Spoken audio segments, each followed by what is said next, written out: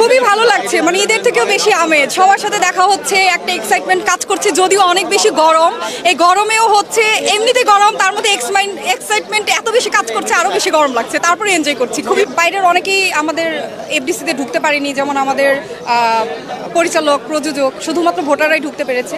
তো আসলে ভোট যার যার, কিন্তু উৎসব তো সবার। মানে আমরা যেহেতু মিডিয়ার পরিচালক, প্রযোজক সবাই মিলে থাকবো, সবার সাথে দেখা সাক্ষাৎ, এই জিনিসটা ভালো লাগে। আর এবার অনেক বেশি ডিসিপ্লিন।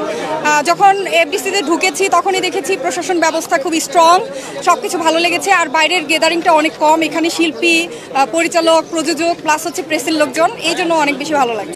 খুবই ভালো লাগে, কারণ আমাদের শিল্পীদের তো আসলে সবসময় দেখা হয় না, একটা প্রোগ্রাম ওয়াইজই আমাদের দেখা হয়। আবার অনেক প্রোগ্রামে দেখা যায় যে অনেকে আসতে পারে, অনেকে পারে না। কিন্তু ভোট নির্বাচন এমন একটা জিনিস, সবারই ইচ্ছে করে যে আমার ভোটটা আমি এফডিসি গিয়ে দিয়ে আসবো, এই জন্য সবাই আসে, এই জন্য আরও বেশি ভালো লাগে।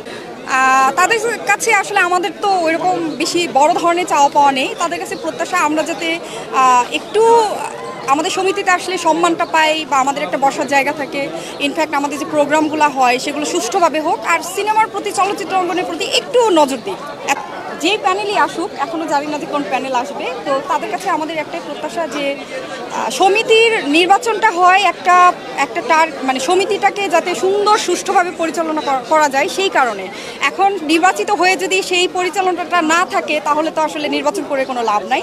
তা আমার প্রত্যাশা হচ্ছে যেই প্যানেলই আসুক, তারা যেন সমিতিতে এসে তারা সমিতির জন্য কাজ করে, শিল্পীদের জন্য কাজ করে, একটা সুন্দর সুষ্ঠু পরিবেশ যাতে বজায় রাখে। তবে সবাইকে পেয়ে ভালো লাগছে আমার।